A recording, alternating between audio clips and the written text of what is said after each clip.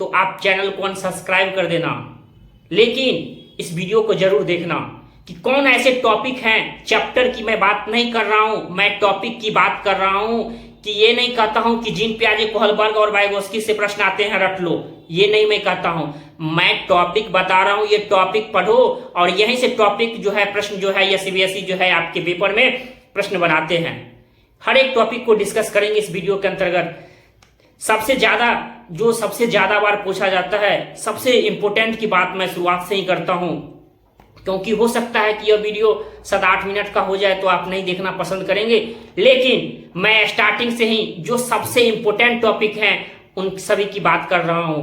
जैसे जीन पियाजे से ही मैं स्टार्ट करता हूं, तो जीन पियाजे में सबसे ज्यादा पूछा जाने वाला सवाल उनकी संरचना को लेकर है। जीन पियाजे जैसे इनमें से कौन सा जीन पियाजे का भाग है, यानी उनकी संरचना का स्कीमा, समायोजन, समावेशन या फिर पाठ ढांचा, तो इनमें से कौन सा हो जाएगा?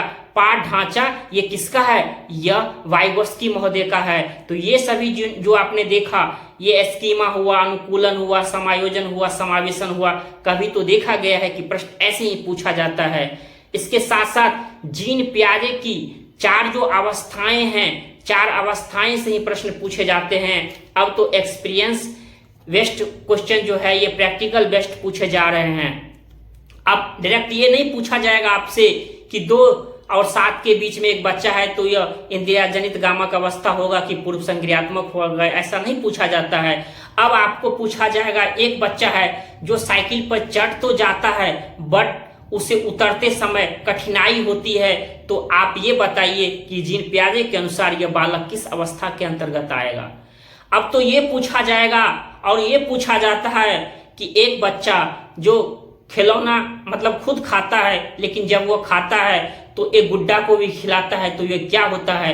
तो यह हमारा साथियों जीवाद होता है, एनिमिज्म होता है। क्योंकि हम जानते हैं कि निर्जीव को भी जब बच्चा सजीव समझने लगता है तब हमारा यह जीवाद कहलाता है। साथियों, प्रैक्टिकल बेस्ड पूछा जा रहा है आपसे, थ्योरी बेस्ड कम और प्रैक्टिकल बेस्ड कम जो है, प्रैक्टिकल बेस्ड ज्यादा पूछा जाता है और हमारा थ्योरी बेस्ड कम पूछा जाता है। इसी तरह बात करता हूं कोहलबर्ग, तो कोहलबर्ग के जो नैतिक चरण और स्तर है, यहां से कौन ऐसा जो सेट है, आप उल्टा के देख लो कि कौन ऐसा सेट है जिसमें नैतिक चरण और हमारा यह नैतिक स्तर से प्रश्न नहीं पूछा है, डायरेक्ट पूछा जाता है और आगे भी पूछा जाएगा। जो 20 साल पूछा गया है, जो 20 बार जब एग्जाम हुआ है, 15 बार इतना बार एग्जाम हुआ है, यह हर एक बार पूछा गया है। तो क्या लगता है कि आपको नहीं पूछा जाएगा? पूछा जाएगा, हमेशा प्रश्न पूछा जाएगा। नैतिक चरण और नैतिक हमारा ये से कोहलबर्ग की जहां तक मैं बात करता हूं, तो नैतिक दुविधा और नैतिक हमारा जो तर्कना, मॉरल रीजनिंग और मॉरल डायलेमा है, इससे भी प्रश्न पूछे जाते हैं। साथियों, आगमन और निगमन विधि यह बेहतरीन है। आपको 5 मिनट में जो आगमन विधि और निगमन विधि आप कहीं से भी पढ़ सकते हैं। आगमन विधि और निगमन विधि से प्रश्न पूछे जाते हैं। उसके बाद न्यू एजुकेशन पॉलिसी 2020 जो है, इससे 5 प्रश्न बनते हैं। 5 प्रश्न सीधे जो आपके परीक्षाओं में, जब बाल विकास की इस बार के प्रश्न को भी देखेंगे तो आपको लगेगा कि नहीं, 5 प्रश्न जो है एनईपी 2020 से प्रश्न पूछा गया है। इसके साथ साथ आरटीईएफ 2009 से पूछा जाता है। उसके बाद साथियों, हमारा एक प्रश्न जो रहता है बाल केंद्रित शिक्षा पर आधारित, उसका उत्तर ही होता है बाल केंद्रित शिक्षा, चाइल्ड सेंटर एजुकेशन। इस प्रकार हमारा जो समावेशी शिक्षा, इंक्लूसिव एजुकेशन होता है।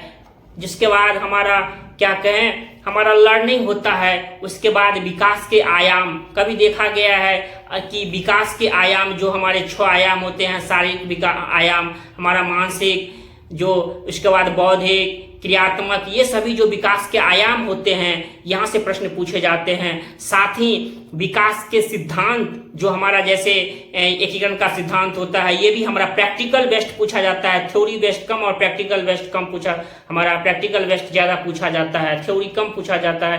यानी अगर आप बात करें तो आप प्रश्न जो है ये प्रैक्टिकल बेस्ड, कोई बच्चा जैसे एक छोटा सा बच्चा है, उसको कोई भी क्रियाकलाप दे दे तो उसमें कैसे इन्वॉल्व होगा, इस प्रकार के प्रश्न जो है ये पूछे जाते हैं। तो अगर आप ये 20 टॉपिक हैं जहां से प्रश्न पूछे जाते हैं, जहां तक मैंने भी 15 से 20 टॉपिक आपको बताया, और बहुत सारे टॉपिक हैं जहां से सीधे आपके परीक्षाओं में सीधे प्रश्न में बनते हैं।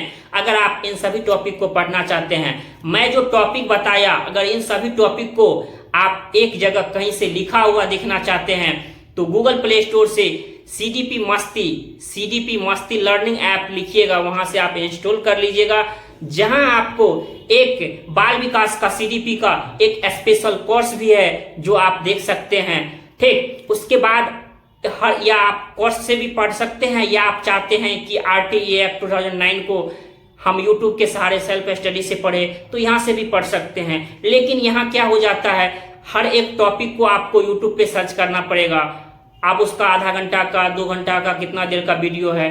लेकिन अगर आप हमारे कोर्स के साथ जुड़कर तैयारी करना चाहते हैं तो क्या क्या मिलेगा, मतलब कुछ तो मिलना चाहिए ना स्पेशल और की अपेक्षा।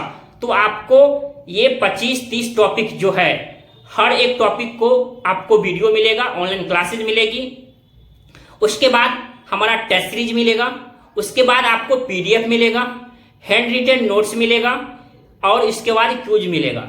इतना आपको मिलेगा जो कि आप सीडीपी मस्ती लर्निंग ऐप के माध्यम से तैयारी कर